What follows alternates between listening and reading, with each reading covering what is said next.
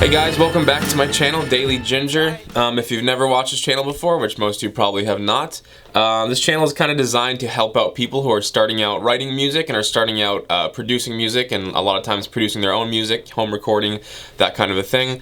I pretty much just go over topics that are going to help you out in the beginning stages, maybe in the moderate middle stages too.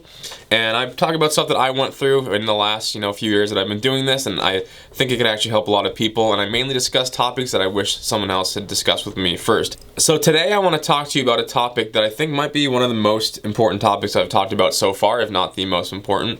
I want to talk to you guys about how to find your own sound, how to discover your own sound when you're writing and recording your own music. First of all, let's explain what that means so we're all on the same page. Finding your sound to me means discovering what you want your music to sound like. And that could be anything from what instrument you're using, how you're singing, what style you're writing in, what genre of music you want to be a part of. Anything like that is what you're discovering your own sound.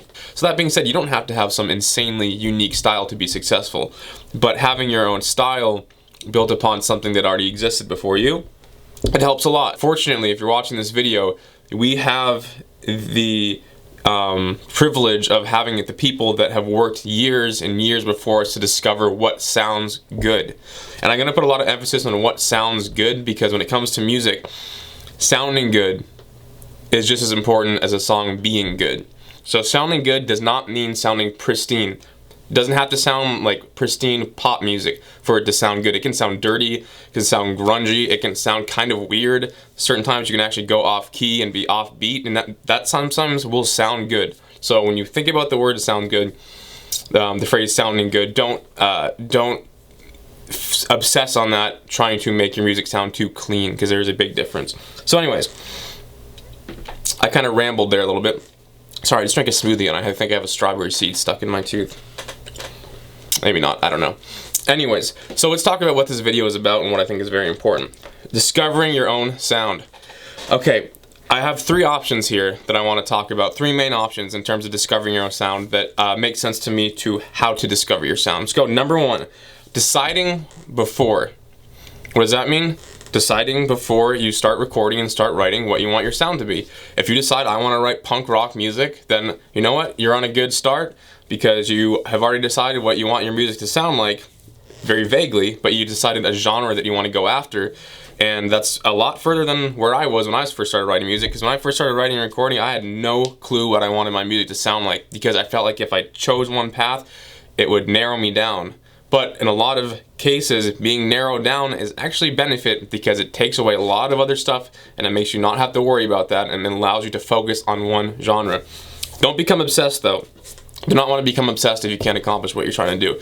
Still be open-minded, but if you can pick a project and you know in this project I want it to be metal, I want it to be hip-hop, I want it to be rap, good. You started out well. And that's a huge step in deciding your sound. Number two, another method for deciding your sound is what I did and what I think probably a lot of people do. And if you have a home recording studio, or if you have a home studio, or even a small setup at home and you have the time to discover your own sound, then this is very, very likely that you can do this. Discover during the process of creating the project or writing.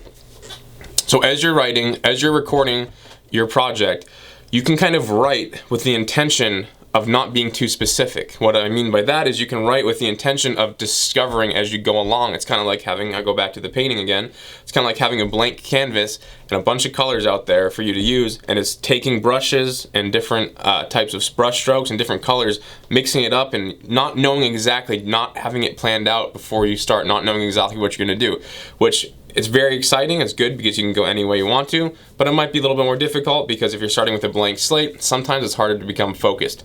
But there's never an easy option when it comes to stuff like this. It's just a matter of what you prefer or what might work better for you. So discovering along the way, you're gonna do stuff like, opening up a music session, like a Logic session, Pro Tools, doesn't matter, anything you're recording on. And I mean, you can just say, all right, let's start with this sound today, and you go and you find a sound in your library, or you grab your acoustic guitar and you start singing, and before you know it, start adding to it, start adding layers. And the more that you do this, you are going to discover stuff you like, and you're going to discover stuff that you don't like. And I'm going to get back to that a little bit later. So number 3, this is the last and third option that I'm going to suggest for discovering your sound, is working with another person. If you're fortunate enough to be wanting to want to start music, and you're fortunate enough to know somebody who produces music, or someone that you know is good at writing and recording, and you want to work with somebody else and you can trust the person, then that's a very viable option. And what that does is that person can kind of help you discover what you want your sound to be. I'm not saying copy them. I'm not saying take what they're doing and say, oh, I want to sound exactly like you, because that's just not cool. That's not good for you. That's not good for them. That's not good for anybody. But if you can find guidance with somebody, go for it. If this is the case, I think you should not go into something blindly. Just because someone tells you they're good at something doesn't necessarily mean they are. But if you know for a fact that someone's a great producer, or if someone's a friend of yours and you can trust them and you've heard their music and you're like, man, that sounds killer, that sounds really good, I'd love to work with you, and they're open to be working with you, then go for it. And producing with other people, there's a whole business side to it, which I'm not going to get into because it's very complicated, but that is definitely an option. All right, now I'm going to talk about some stuff that is not necessarily specific to one method of discovering your sound, but I want to talk about some thoughts and concepts I had that I know for sure will help people. Okay, number 1, here's some tips. Write and record a lot. Write and record a lot. I cannot stress that enough. You most likely, like the majority of popular musicians, the majority of popular artists, no matter what the type of art is, the majority of them write hundreds, if not thousands of songs before they come across the stuff that they like and the stuff that is good to them. And especially when you're recording at home, if you're sitting down writing with a guitar, yeah, you're gonna sit down and you're gonna write a bunch of songs before you come across stuff that you like, or maybe you'll write, you like the first one you write. But especially when it comes to deciding what your sound is, I think that goes into a little bit more depth than just sitting down writing with an acoustic guitar. I think what that then entails more of going into the process of how are we going to take a song, a basic structure of a song, and create that into my own sound. But anyways, getting back to the point, just don't be afraid to write and record and produce a new song and a new song and a new song and a new song over and over again, especially if you have the availability and you're at home, you get your laptop and your little setup going.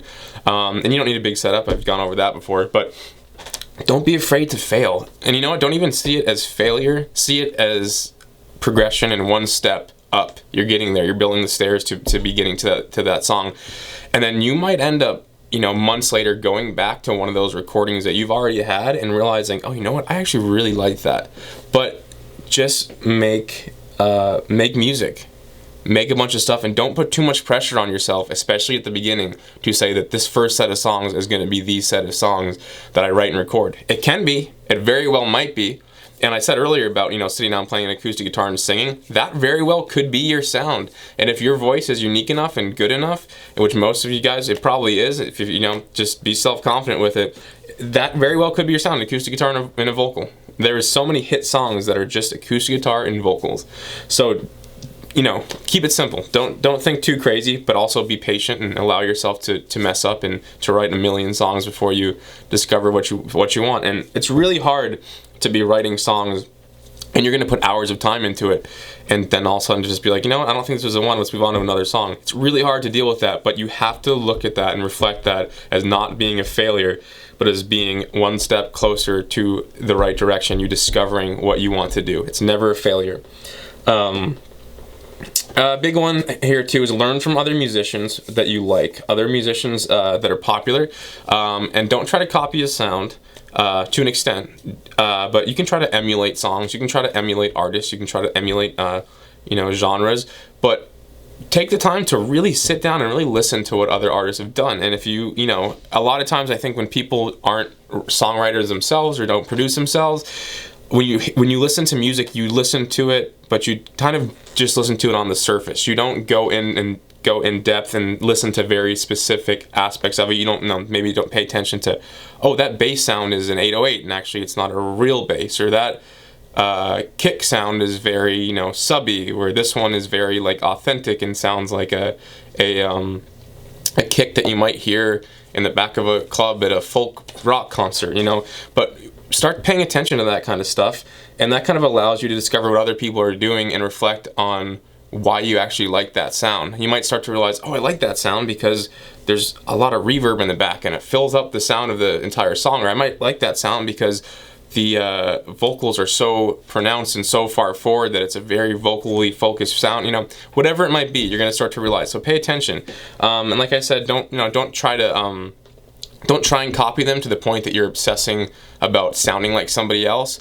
But you can definitely take inspiration from other artists and take sounds and stuff that you like, and then once you kind of, you know, if you kind of figure out how to do that, then you can start adding your own twist on it, start adding your own instruments that you like, maybe find a signature sound.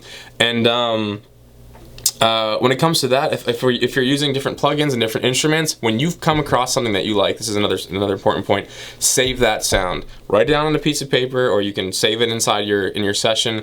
But anytime you come across a sound that you like, that you think, even maybe it's not for this song, but maybe it's for a song in the future, I would highly recommend that you save it. Save as many sounds that you like as you possibly can. For example, I use a plugin sometimes called Omnisphere. Omnisphere is it's a synth, and there's a lot of you know, pre-made sounds and that I will go through, and there's thousands of these sounds. So I'll literally sit there sometimes, and it's boring, but I'll sit there and say, all right, for the next hour, my job is to go through as many different plugins and synth sounds as I can.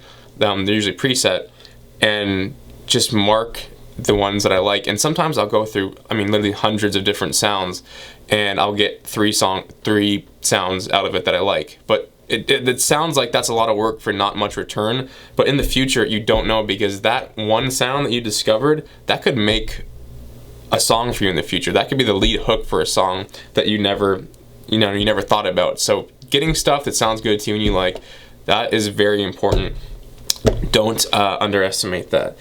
And then, you know, the last thing here that I wrote down that I find very important is just to not get frustrated, right? I kind of already went over that, but don't get mad at what you're doing. Realize that writing, recording, producing music, it can be a very, very daunting, hard process. There's so much that goes into it.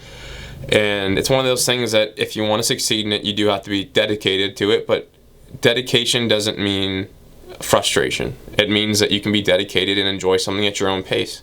You can, you know, spend hours and hours and hours every single day, or you can revisit it a couple times a week.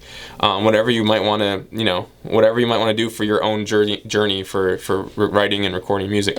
You know, I just went through a ton of stuff. I kind of rambled on that entire video, but I think I got across what I mainly wanted to say. I don't know if it was in a great order, so I apologize if that was kind of sporadic, but there's definitely some points in there. If you listen to it, I hope that you got even a couple little helpful hints, especially if you're starting out new.